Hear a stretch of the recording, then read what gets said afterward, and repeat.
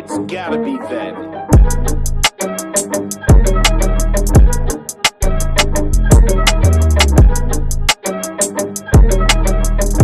Hey, what is going on, guys? Welcome yourselves back to another video, except today it is different. This is the first episode of the In Sync podcast with Lucas and Sean. What is going on, Lucas? Hey, Sean, how are you doing today? I'm good.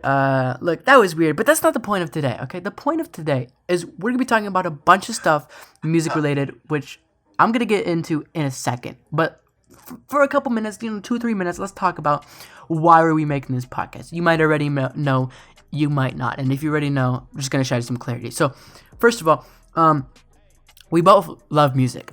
Honestly, different types, and sames in some way, but it's not like we both just love rap and that's it. So, we both have pretty broad music tastes and stuff like that, and we have always talked about it, and even to ourselves, it's like, this is pretty productive conversation. Why not, make a podcast? And I'm pretty spontaneous when it comes to things like this, so for a long time, we could have done this. With a lot of people, I could have done this, but we decided to now, and we're doing it now. So welcome to the In Sync podcast. But do you want to tell them what exactly this is going to be about, and just maybe a little more backstory real quick? So we will be talking about the discography of all these bands and artists. Like, Why Don't We, 5 Seconds of Summer, NF. And we're just going to be talking about how they've evolved and their new songs and all that, and how it's different Reviews. than a lot of their other stuff. So we picked these artists because we feel like they've released music that's not like their normal music. Yeah. So yeah, that's basically it. Yeah, that's what we're doing for today is the discography. That's what we're doing today for the discography. Obviously, in future episodes, we'll do all kinds of different stuff. But yeah, really just progressions, reaction, reviews, and just opinions on music in general, different types. I mean, we love new music, so that's really great. So yeah, basically, I'm gonna have his channel and link below. He does music stuff related to. I do as well. Of course, I do a little bit of Minecraft, but it is generally music. And yeah, it's gonna be every Thursday or Friday, but basically it's going to come out every single weekend. If we miss something, we will probably let you know. And yeah, let's just get into it. So first, 5 Seconds of Summer progression / reviews. Let's start with the Teeth quick review. You want to go first about their new single, Teeth? Oh yeah. So when you really look at it, the vocal style, the song in general seems different than a lot of their other stuff. Like when you look at the original 5 Seconds of Summer album, which is 5 Seconds of Summer, it's a lot different than the singles released there. Like it does not sound anything like She Looks So Perfect or Amnesia. But I feel like they've taken a new approach to their style. It's more of a sadder, darker kind of song. And those are the two words that really say how different it is. And they're normally more of it is pop music, but they're more of a happier band. It's not like they have music that's happier. Like, that's the difference between the 5 Seconds of Summer album, Sounds Good, Feels Good album, and Youngblood. Youngblood is really more of a darker album. And yeah, and you look at like singles like Easier and Teeth. Now, the vocal style, this is clearly a different. We don't hear this from Luke Hemmings a whole lot. Yeah. Luke Hemmings here. People in general, really, we don't hear this. Yeah. Now, Luke Hemmings, he clearly pushes his range here. He shows off his big chest range here. Now, he does have a big chest range. We have seen that before in certain songs, but this is by far one of the highest. This has one of the highest chest notes that he's ever hit in 5 Seconds of Summer. Like, you clearly hear that in the chorus. Now, when you really look at the overall work from 5 Seconds of Summer, you're not going to see a lot of stuff like this. Like, you're going to see like Youngblood, songs that were very similar to Teeth are Youngblood and Easier. When I say this, I mean, there's not really a whole lot of falsetto in. I mean, there is falsetto, as you can hear it in In the Easier, chorus. there is a lot of falsetto. Oh yeah, But a I lot get of what you falsetto. mean in general. Yeah, so like both Easier, Young Blood, and Teeth, they all seem like darker, sadder songs. I Yeah. mean, you know what I'm getting at, Sean. Yeah, more moody. And basically, what's your favorite part of Teeth? Because I have a part in mind. That's my favorite part. Well, my favorite part in Teeth is definitely when Luke Hemmings has this part, like the chorus, coming in the morning to apologize and all that That's stuff. the pre-chorus, right? That's the pre-chorus, yeah. Okay. They're good with their pre-choruses. Yes. Well, we'll get into Easier a little bit in a second, because I mean, the song did come out a bit ago, but it's still pretty relevant in some ways. But yeah, call me in the morning to apologize. Yeah, I love that. Yeah. I love that. And something they do is, so call me in the morning, and then when he says apologize, he makes it like super airy, and it's like, you notice that? It's like, call me in the morning to apologize. Have you noticed that? So it's more of a, I feel like it's a little bit of a different approach. Like he has a different feeling here vocally. So he is a very emotional singer when he's in the studio. Yeah. And yeah, so you definitely hear, like I get chills every time I hear that one part, that the pre-chorus and the chorus in general. Because like I get chills right away. What's funny is in the call me to a morning to apologize, that I don't feel like that's really chest or falsetto. I feel like that's kind of in the middle, but he's singing it with a very like a cry tone, basically a very sassy cry tone. So instead of going, call me in the morning to apologize, call me in the morning to apologize. You know what I mean? Like I know I did. Yeah. I know I did that bad, but you get what I mean. Like it's a. Yes.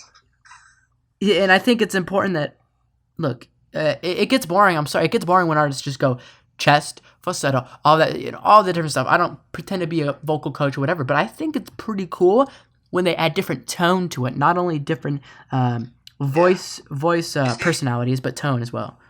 Now he does not get into that range a lot, and No. that's really why. So when you look at the views on this song on YouTube, you look up T 5 Seconds of Summer.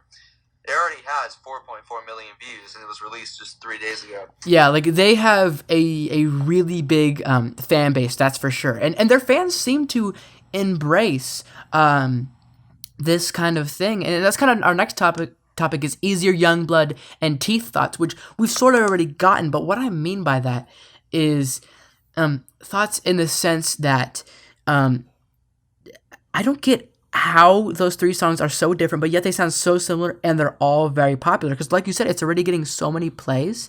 It's insane. Yes. What do you think about their fans? They're pretty nice. They're pretty nice fans.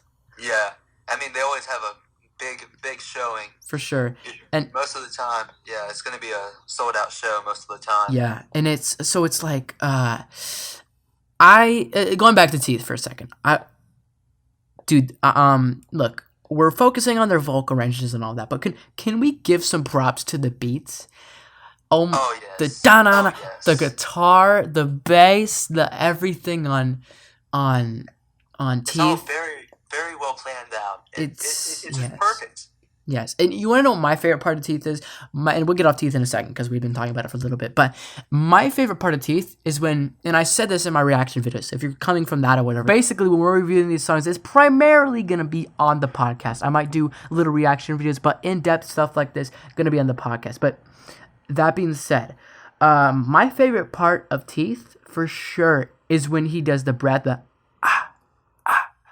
and you know what he layers it with? He layers it with the with the cymbal, or not the that sound, dude. When he layers that, oh my, or not when he layers that, but when the beat does that, so sick. It's so cool, so cool.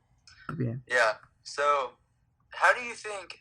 You see, now we've seen some live performances of 5 Seconds of Summer, and songs like Easier have been lowered down a little bit, which in reality... What do you mean by that? So, Easier was was lowered half a step. It was half a key down. Now, when you look at that, I doubt any artist would be able to sing the original key every night, because that you have to. It requires big chest range for easier. Now I know we're talking about easier now, but this is going to go back to teeth. So it requires big range for chest and for falsetto. And when you look at that, it's really hard to keep both, because in the song Easier, it shows that he is really going for it in his chest range. And falsetto also, it's pretty high in falsetto range too. But what I'm saying here, bringing it back to teeth, now this song is high enough already. So when you look at this, how is Luke Hemmings going to be able to sing the pre-chorus and the chorus? I mean, how is he going to be able to do that? So you're talking mostly about the is it easier to stay? But is it easier to stay? That part. You're talking about that part? Yeah. And I mean, like, I agree. He lowered that down, and Callum's voice is not super low, so that already sounds low for him. That range sounds low for him. Now he'll probably be able to do it if they lower it, but they're probably going to have to lower it. I'm guessing at a concert he would go, "Is it easier to stay? Is it easier to go?" But not easier. But like, no. I'm like, you're going back to teeth now. I mean, when he has that, like, he really goes for it there. Now, how is he going to? I doubt he will be able to do that every night. Well, I mean, we'll see. He clearly goes. I mean, he's really going for it here. And if you have now, when you're 5 Seconds of Summer, you have falsetto parts in there. Oh yeah. You have falsetto parts. You cannot be hoarse and sing 5 Seconds of Summer, because when you're hoarse, you most of the time will lose your falsetto range. And I'm wondering if he's probably going to do that part in falsetto, which is already going to be pretty high. And Callum's part is pretty low too. When you look at Callum Hood's part in that song at the very beginning, it already sounds low for him. So how are they going to fix this song live? Or are they going to leave it the same? I doubt they will leave it the same, unless it's a recorded performance. Yeah, I mean, they should not sound hoarse. I think it'd be better if they sounded, a little donkey. But so let's talk a little bit about their progression, because we kind of gone over Youngblood, and of course we can keep talking about that. But progression. So the band dropped not their first EP, but their first studio album, June 27th, 2014. They proceeded to drop 3 more albums 2014. Not all studio, but albums nonetheless. And then 1 more studio album 2015. They took a 3-year break, and then, of course, the 2018 album, Youngblood. And it looks like they're going to be dropping an album this year. But, so, I'm not really historically... I'm kind of historically ignorant. Why did they drop 3 albums in 2014? I know they weren't all studio, but I believe 1 was live, 1 was studio. What was the other one? Deluxe? So you have Don't Stop EP. Now that one was really more of a. You look at the track listings. They're just little projects here. They're not really something huge. Yeah. And I think really what it was really for them to kind of get noticed by record companies or by bigger record companies, and really like try to gain a little bit of a fan base. I mean, that's normally you normally see that from beginning artists. Oh, I drop all the time. Oh yeah. That's what you have to do. So they dropped 3 albums, although not all studio and fully original. If you think about it, that's pretty smart, honestly. But so here's the thing with the progression. A lot of people's progression is very slow. We're going to talk about NF in a second, of course. But NF's progression as an artist is not sudden.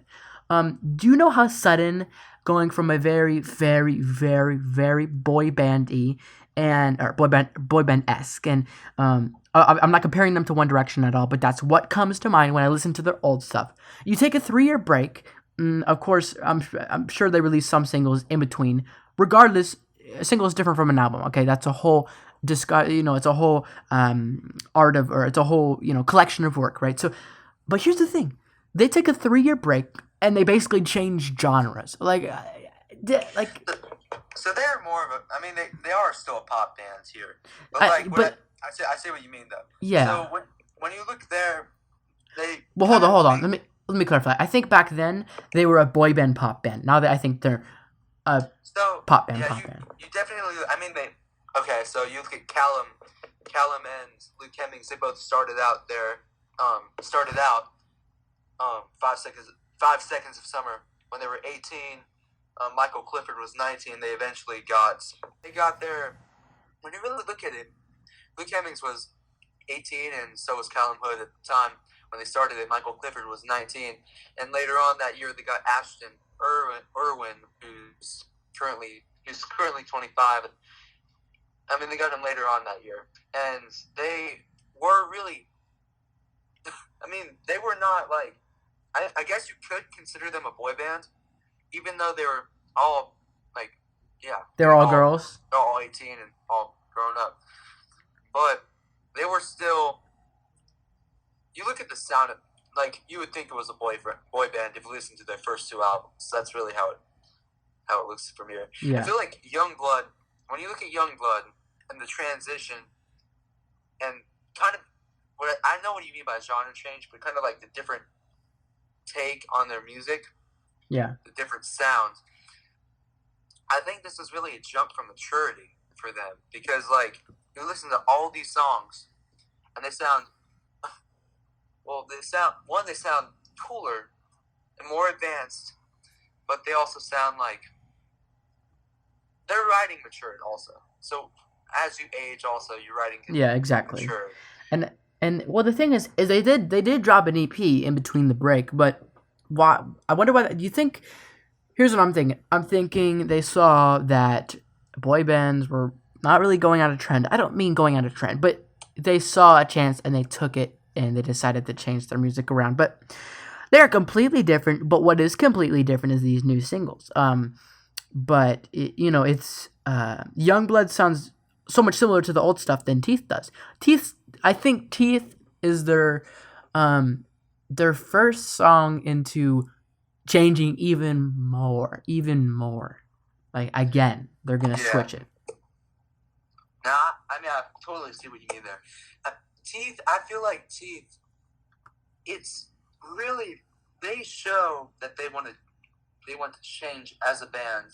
And they do it well. So many people try and they do not do it well. Yeah. And, I mean, you totally see how, you look at the band style, you look at all of it. So, about a month ago, they released a live version of Easier.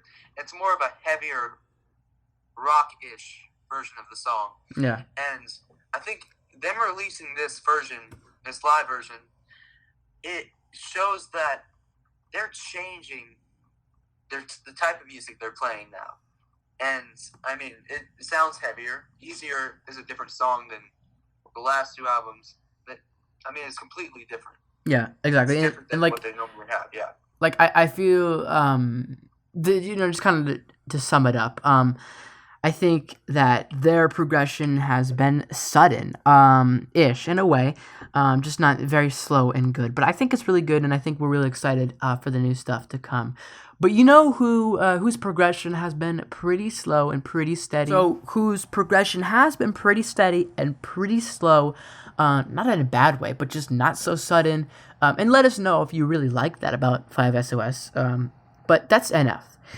We're going to be talking about NF's progression as well. But before we get into that, obviously The Search did come out a decent amount ago, but it's still fresh in my mind, and it's still fresh by music standards. So, quick thoughts about The Search. I'll kind of go first here a little bit, then you can piggyback off of that. But, so here's what happened with The Search for me.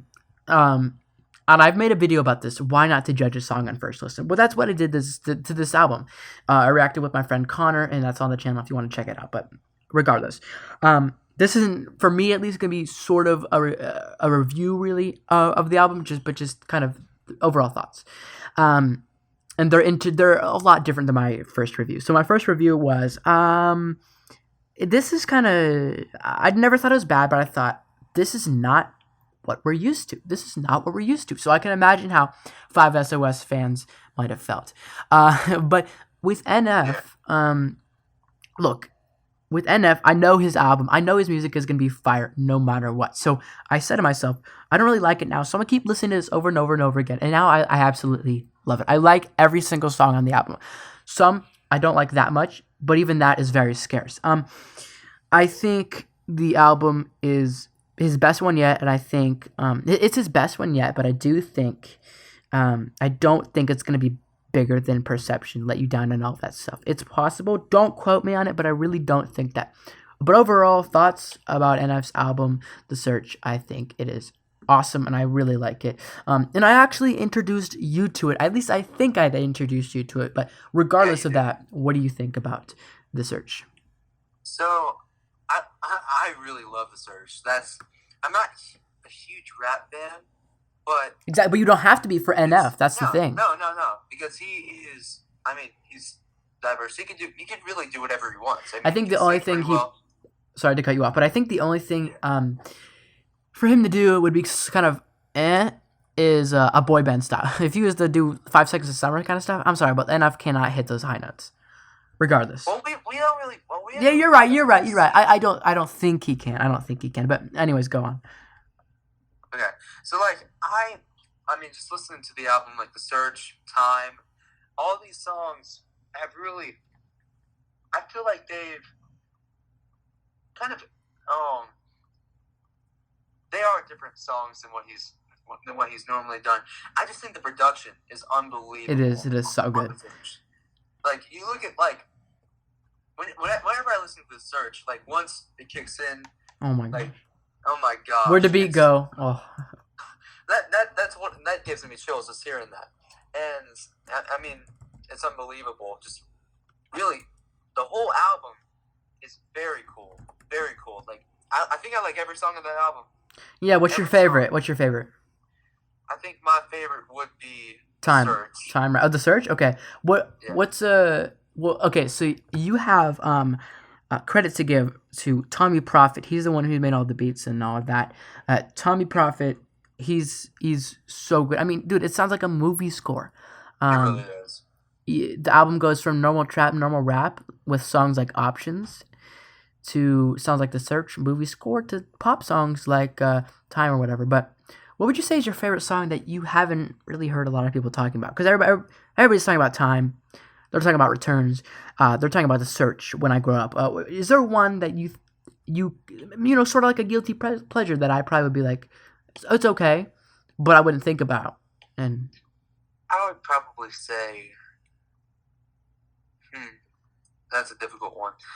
You mean like one that people don't really talk about much? Yeah, but that you actually like a lot.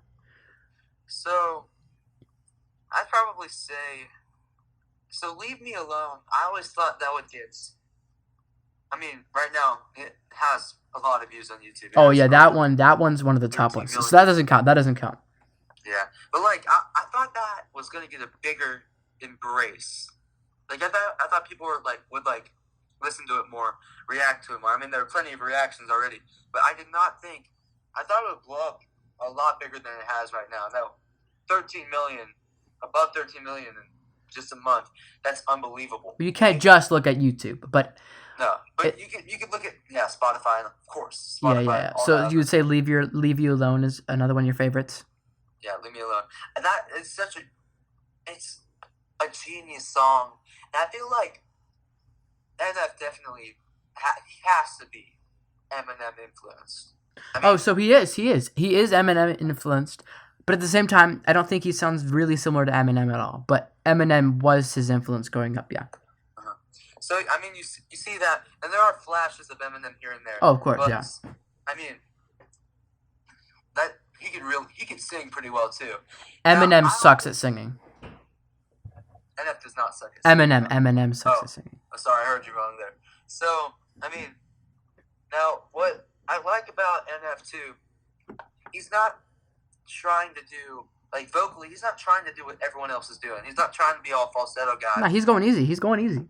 He's using, like, a sweet spot of his voice, the lower tone of his voice. He's not, I mean, you look at really the highest note he's really hitting with it. I mean, there's a difference between screaming and trying to actually sing a high note. Yeah. So like I could really yell out loud, but I could hit higher notes singing, which it sounds kind of weird saying that. Yeah. But, What if I'm yeah. the monster? Yeah. Exactly. Yeah, Sean, okay. Yeah. So I mean, you look at that. How could you leave us? That's really a song where he really belts it out there, and that's really the highest he ever goes. You're right. Yeah, it honestly, especially in the chorus, he hits it super. I mean, not super high, but pretty good for him. But I think kind of what's cool about him is maybe he can hit those high notes, but he's saving it for future stuff. That's part of his progression. And so obviously, final thoughts about The Search. We both love it. I mean, a favorite song for me that probably not a lot of people are talking about is Like This. That's a really good song. My Stress is good as well. But like we said, we like all of them, but it switches around a lot. But so NF was signed to Capitol Records in 2014 and he had problems with his past label, which is why he really wasn't releasing a lot of music prior, and why I feel like for NF at least, early on fans had a huge switch from his more, I'd say he sounded a lot like Toby Mac on his old stage name, which was Nate Fierstein. Then he got signed and he released the NF EP, which has songs like All I Have, Wake Up, all of that. Then we go to Mansion, his first studio album, because of course his first album, or his first album was not an album, it was an EP. We go to Mansion with songs like Intro 1, and obviously the song Mansion, and All I Do. Then we go to Therapy Session, where we have obviously Intro 2, Therapy Session, all of those good songs. Then we go to Perception, which I love that album. We go to that album with Outkast, Dreams, Green Lights, My Life, 100, Outro, Intro 3. So I Let You Down, of course. So many fire songs on that album. And then we come to The Search. And so, obviously, I said at first, I didn't like The Search at first because it was different. It wasn't, going back to 5 Seconds of Summer, wasn't such a huge change. But you haven't been an NF fan for a while, but I have. And here's how I see it. NF's first EP, kind of trappy, very much like songs like how Leave Me Alone. Not really in a way, but I mean like same kind of beat, same kind of stuff like that. He drops Mansion, and then Mansion is more really showing his singing, but he doesn't do it a lot. He has great features, with Britt Nicole, all of that. I believe, like I said, NF's first EP, kind of more trappy, very kind of generic, and not generic, but I mean generic in the way that his beats were sort of generic, and rapping style not super different. You could really call him an Eminem copy at that point. Then he drops Mansion, and especially the actual song Mansion. Dude, the singing on that is amazing. Obviously, that wasn't him singing, but you get the point. It was really good singing. That's kind of more of a Christian album, and obviously he's talking about mansion for the mansion in metaphoric term obviously means all the thoughts inside of his head. Then he drops Therapy Session, which is kind of about him dealing with all the thoughts inside of his head and confronting it. How could you leave us? John, if I may, I like to point out that he does like to, like you said, he does like to talk about the thoughts in his head. He does reflect back to when his mom divorced his dad and took on drugs, hard drugs, and how her boyfriend beat Nate. I mean, over and over again, and he talks about this subject a lot, and just about every album he talks about his mom or his her abusive boyfriend. And I mean, how could you leave us? That's about his mom dying and being a drug addict. And I mean, you look at that. He loves to point at that subject. That's really, and he likes to point at how his life has changed drastically because of how he was raised, and because of fame. And how that's really, and how his fans have treated him and how social media has treated him. Mm-hmm. And you really look at that, and it's really like this is why why people are listening to him, because this is now broken homes. It's such a relatable subject nowadays. And our generation, I mean, there are more divorced parents than ever, really, right now. Probably more divorced than together. That's probably not true, but you get the point. It's, Yes, 50-50. And I mean, you look at the you look at the statistics on that, and it's 50-50. Just about 50-50. And you look at that, I mean, it's a relatable subject. So you have someone who's rapping that has has lived through similar events that these other kids that have divorced parents have, and that have abusive parents. I mean, this is a very relatable subject. This is why he's being looked at so much. Yeah, and not to mention, it's fire music too. Oh, yeah, totally. But you know what? It's interesting. I feel like there is a switch in albums, because obviously after therapy session is Perception. I believe Therapy Session and Mansion were really more about his mom and stuff like that. Perception, of course, is. But Perception really is a lot about fame. Okay. Yes. Then he gets famous, or in quotes, famous, right? Then he drops The Search. And well, of course, on Perception, the songs like Outcast, how he's the outcast to rap. And if you really think about it, he is. And a YouTuber named Blackie Speaks. I don't know if you've heard of him, but he's a great YouTuber. Yeah. He did a video, and I've thought about this as well. But if you think about it, NF, he sold more copies for The Search than Chance the Rapper's album. People were mad about it. People don't really. It's because he's not super big on social media that people don't really acknowledge NF a lot. But at the same time, his fan base is so big, it's like an underground fan base. But the point I'm getting at is he really is the outcast in rap, and that's kind of what Perception is about. And then you go to The Search, where Let You Down blew him up. Let You Down blew him up. And The Search is talking about the repercussions of that. You look at songs like My Stress. Change. He needs to change from The Search. I mean, I could use these song names to make a sentence. He needs time. He talks a little bit about married life, not married wife. I mean, he is married to his wife. Yeah. And then, he has songs like Returns, which, are generic for his style. But then Hate Myself, talking about depression. Like, dude, that song makes me so happy in a weird way. I don't got depression, but for some reason it makes me happy. I miss the days. I feel like it's good for him to be able to release, songs that are real. Exactly. And this is why this album is at number 1 on the U.S. Billboard Top 100. If not... still is? Yes, it still is, number 1. Jeez. Now that's unbelievable. Now this is why.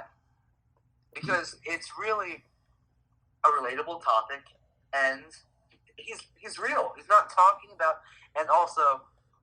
He does not curse in his song. Yep. And that, you don't see that in rappers nowadays. They're always gonna drop an F-bomb. They're always gonna drop some kind of bad word that moms are automatically gonna be like, no. Well, I don't think that's the big, I don't think that's a big reason that people, it's not because of, their parents or whatever, or like I think it gives him a little edge, with people, younger people can listen to his music. But I think the cool thing is he can show intense emotion without cussing. But you know what he kind of does to cuss? He goes, ah! So what are your overall thoughts about NF and just his kind of story arc? Because if you think about it, all these new rappers, they might have a music, might have progression, but they are not this. They don't have a character arc, and I'm sure there are some. So I don't want to be like nobody else is as personal as NF, but I've yet to see. So what I love about NF is that despite of all of his struggles, he ends up being an unbelievable rapper and a success in the music business. I just love seeing stories like that. That's rare. He found God. He found God in that. He is an open Christian. He found God. He's got his track. He's on the right track now. And, it's really he's really in a role model. He really is a role model for a lot of kids. And he follows it. He follows it well. That have gone through divorced parents, broken families, and abuse. He's been a role model to them. They have a future. It shows in his message and his image. He shows that they have a future, and that's very good, very, very, very inspiring.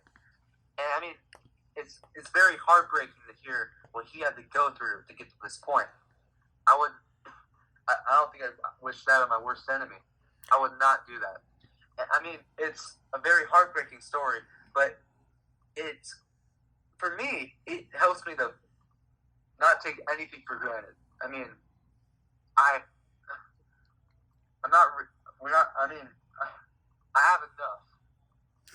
have enough, and I'm grateful for what I have. It just makes me very grateful for what I I feel like there's a song for everybody. And you know what the most beautiful thing about it is? That's that he isn't necessarily trying to make a song for everybody. He's just a normal person and isn't afraid to let his emotions back. And you know what is cool? He can do not repetitive songs, but he can do other he doesn't always have to do the super, super personal stuff. He mixes it up well. Yeah. Okay, so now going to the next subject here. Why don't we has a brand new single, and it's "What Am I?" Now this song, oh my gosh, it's very soothing. It's very satisfying to hear. Now they have been excellent with whispery vocal. Now whispery vocal is right now, in my opinion, and by what I've heard, it's a sweet spot in the pop music industry. You're right. It's the sweet spot, and they're all these singers in Why Don't We are great with whispery vocal. You hear it all the time. Now, Sean, what would you think? What is your opinion on their new single, "What Am I"? I think it's pretty good. I'm not that big on it at all. Okay. I don't think it's bad or anything. I don't like it a lot when it comes it's not a song I don't like it a lot, and it's not a song I really would want to listen to a lot. But as far as the vocals go, 100% agree with that. It's just not it's not really for me.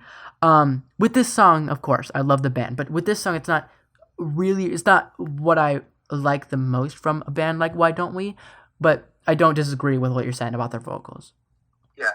Now, this is Why Don't We has always been a great live band. Has always been they've always had great production.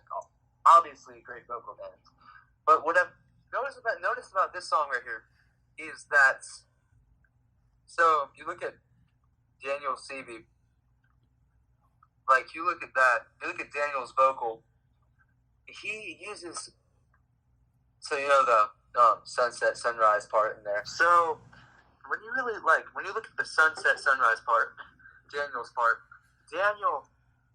he uses a bigger part of his range, which I did not think he could really hit these notes, because when you look at some of the live performances, he gets raspier around.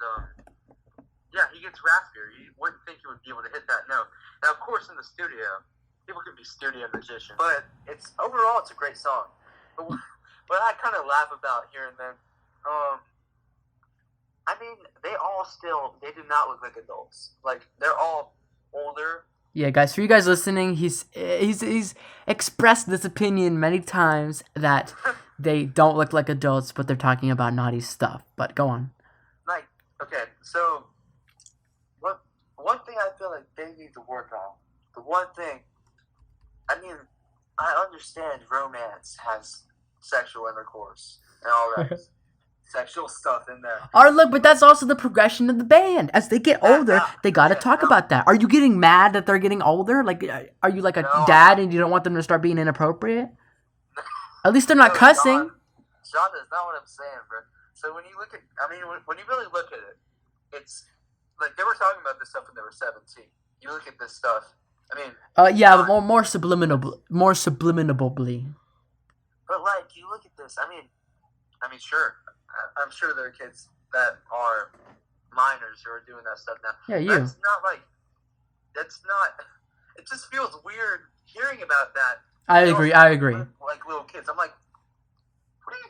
Like when I hear like, okay, you look at Unbelievable, you hear Corbin. I'm like, you hear Corbin's part in there. Like, Yeah. Corbin still looks like he's 15. Yeah, I know. He's not. Like, But okay, but I feel like what you're doing now is you're saying that how they look is what makes them their age. Because I feel like that's actually very rude of you to think. No, I'm just kidding. I'm just kidding. But I get what you're saying. You know why? Because but you look at their. I mean, you look at their maturity levels too. I mean, they're very, very mature, very polite kids. yeah, they're good kids. I mean, they're very polite people. But like you look, I mean, so their moms just recently released a video of them talking about their kids and stuff like that. How they're shy and how they really are still like kids. And they still act like kids too. Now I mean you see this, but some of them are adults. Like Daniel's like in his early 20s already. Jonah's also in his 20s. Yeah, I'm blanking out, but the one with the noodle hair has a kid. Yes, I know, Sean, but like they still, what the moms are saying is they still act like kids. They would act like, I mean, you and me act. So I mean, it's kind of like that's pretty bad then. but well, like legit. I just feel like it's kind of, I just feel like it's kind of weird how they were talking about the subject at such early age. But you know what? I just felt like I had to touch on that. Yeah, this, and I agree. But the thing is the thing is it wasn't always. It wasn't always like this, because if you listen, they were signed to Logan Paul's label, and they dropped their first EP, Only the Beginning, in 2016, which is kind of true. It really was the only beginning. Then they proceeded to drop the album Something Different. They dropped Why Don't We Just, Invitation, all in 2017. They also dropped the 2017 Christmas album, 2018 Eight Letters album, Big Plans, and I Don't Belong in This Club. Both were small EPs in 2019. Unbelievable EP in 2019. I Still Do EP in 2019. And new single, What Am I, which we obviously just talked about.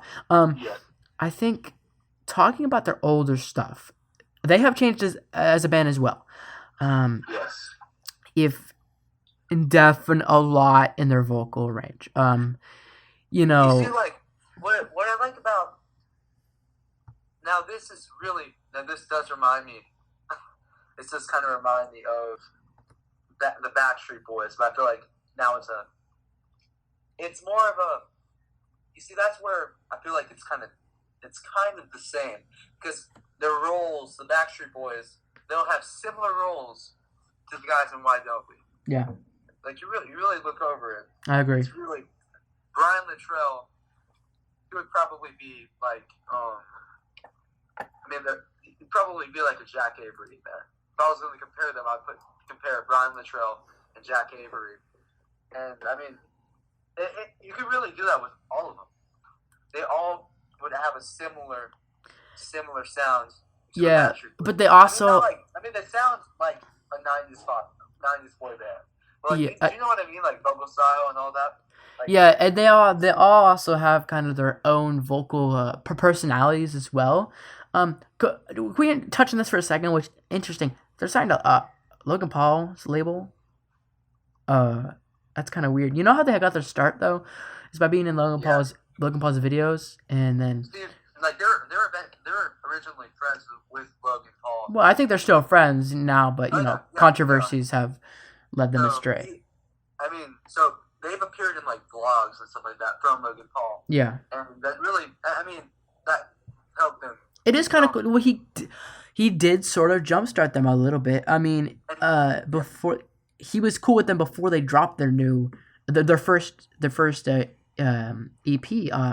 This is only the beginning. So Logan Paul actually has a record label, and it seems to be pretty good for them, because you hear about record labels these days, and I'm sure we'll do a episode where we talk about how crappy record labels can be and maybe how good, but it seems to be working pretty well for them, because you notice how much music they put out so consistently.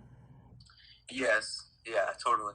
It's insane, and it's yeah, for the most part all good. But what really blew them up, this is how I see it. Okay, this is how I see it. Only the beginning comes out. It really, these songs are reminiscent of the title, and it's just kind of about that a little bit. Obviously, you have basically the top song, Nobody Gotta Know, which is again kind of like 5 Seconds of Summer, more of a little more boy bandy.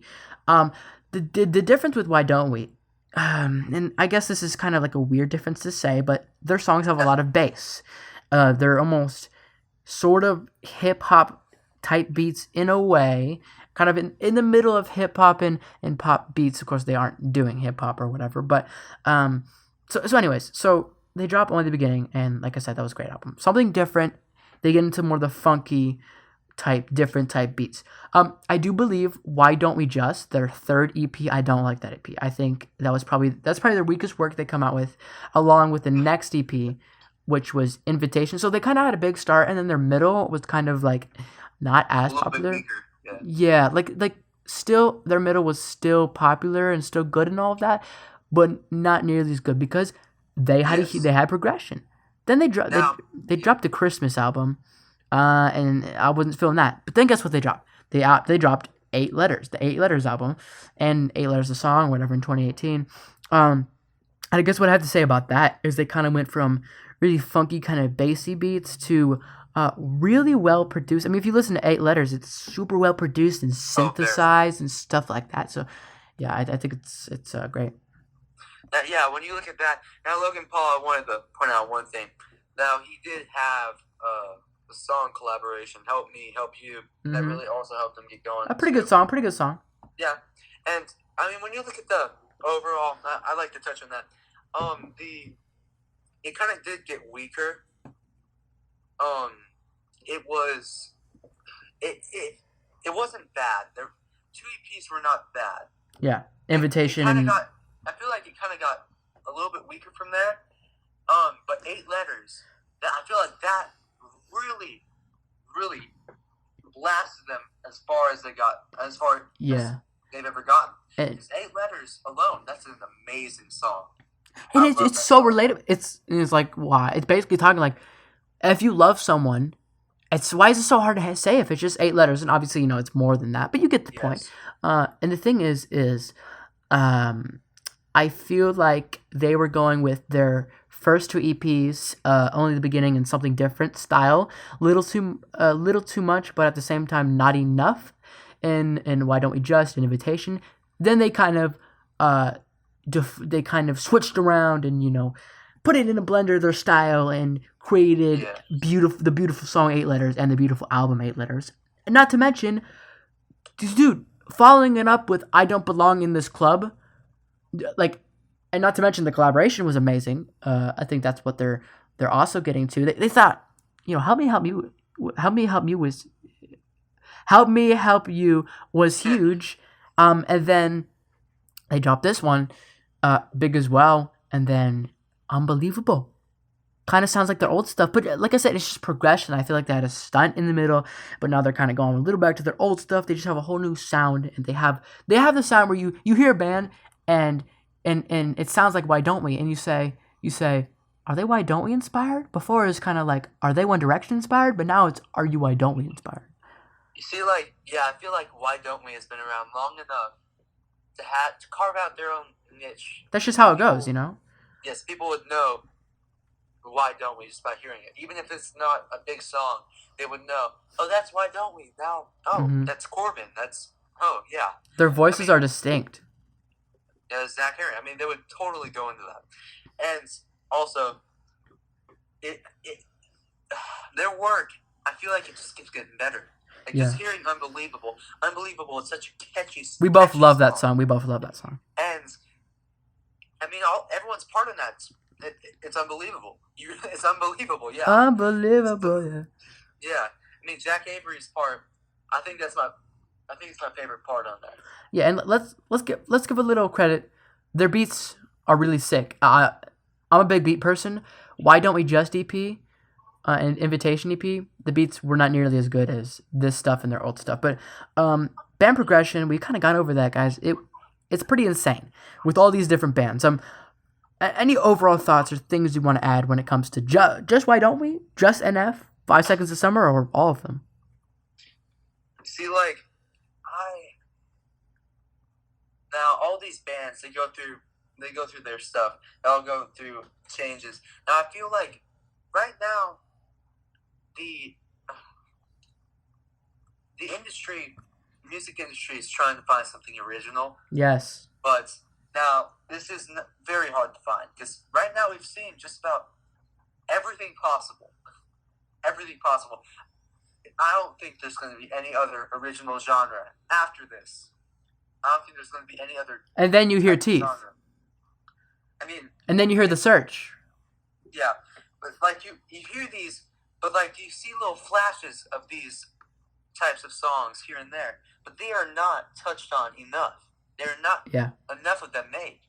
I think the common denominator with these three bands is really weird vocal inflections and cinematic kind of beats and groovy kind of beats versus super fluffy and trappy type beats. Yeah, I see. I think, and I agree. I think they all have the similar thing to where they were defined as one thing, all of these bands, but they switched it up, and lucky for them, was great. Not every band, when they try and switch up their style, are great. Let's look at Taylor Swift, okay? Maybe we'll talk about her new album in a different video. I mean, quick thoughts, not a huge fan, but she dropped Look What You Made Me Do. People did not like that song, really. So it's just not like that for everybody. But let me restart. I'm cutting out that part. That was kind of stupid, but I'll talk for like 30 seconds then. So me and Luke are actually making our own music. I mean, I make my own music, but Luke is going to be joining me as well. And just like a quick thing I just wanted to add with it is I feel like when people are trying to collaborate, especially small artists, you need to understand that there is no definite deadline, especially when you're... Okay, me personally, Sean Phenomenon, my music, I have no definite deadline. So I think it's important to not rush our stuff. And to be honest, you won't see me and Lucas's music for a little bit because we're making it the best popular. But you want to touch on that for like a minute and then, you know. And also, like, what I like to... So we're going to make a 4-song EP. This is for all artists. It's very important not to rush things, like Sean has just said. It's very important to grasp and think about every moment of the song. Every moment. Because there have been artists who have just dropped unbelievable songs, but then to try to... Verses. Another great... Huh? Verses are important. Verses are very important. There are artists who drop huge songs, but then to try to follow up, they drop a song quicker. But that's not always a good thing. It's not always... You have to really think about it for it to really chart high on the Billboard. Yeah, that just goes to say, I guess, take your time when doing music. And to tell you guys that me and Lucas are doing our own music. Of course, like and subscribe. This is going to be on the Sean Phenomenon channel and maybe little clips on Lucas's channel. Probably, but I'm not going to make another channel for this, point is. And also, this will be out Thursdays and Fridays or Saturdays. Just those days. But point is, it's going to be coming out very, very close to when music drops. Sometimes literally right away. Sometimes maybe not. You know, we might do live, whatever. Just all of the future of what we're going to be talking about is up to us a little bit, but it's also up to you guys a lot. So, any final thoughts before we close this off? No. Yeah, I just like to thank you so much for watching. If you're still watching, Lucas's channel is in the link below. My music is in the link below. Different videos are in the link below. My reactions to songs that came out this weekend are in the link below. This is probably going to come out Sunday, so I mean, who knows if you guys even care about those songs anymore, but thank you for watching. Let us know what else do you want to see. Thank you so much for watching the first NSYNC podcast. Let us know what you think about our logo. Just everything in general. Feedback is the best. Anything else you got to say? All right, we'll see you guys later. Again, thank you so much for watching, and goodbye. Yo, that was good.